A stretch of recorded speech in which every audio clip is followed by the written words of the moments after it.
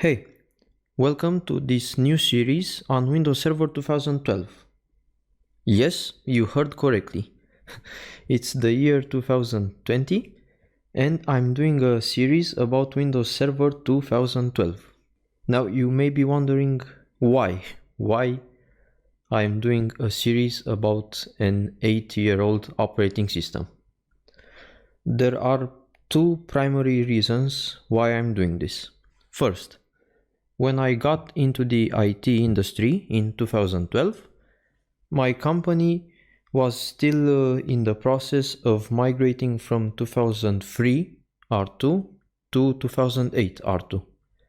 So really 2012 was very far from the picture. While I was learning a lot of stuff about IT in general because I was new, of course, things progressed, 2012 R2 came out, and so on. Basically, what I'm trying to say is that in that period, I missed a lot of the stuff that Windows Server 2012 brought to the table, stuff that are still relevant today in Windows Server 2019, for example, or stuff that have been improved, but the core appeared in 2012.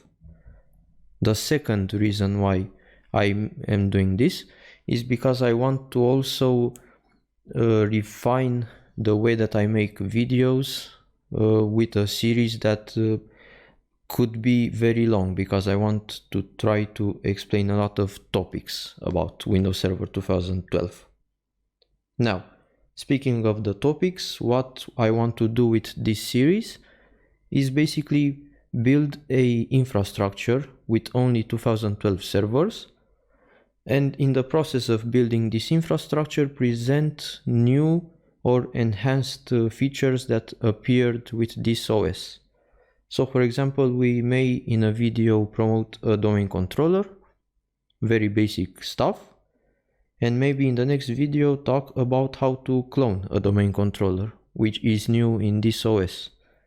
Or maybe we will talk about a lot of the Hyper-V enhancements, or storage spaces, or IIS enhancements, or networking, and many more topics. I think with this OS we have a lot to talk about.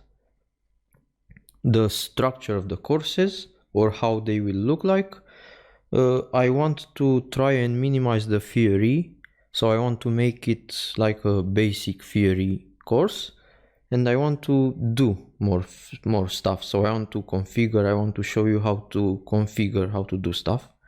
And this doing part, mostly it will be with PowerShell, because I think there are already a lot of videos on YouTube with click here, click there, and okay, you have this configured. I want where it makes sense to do everything in PowerShell.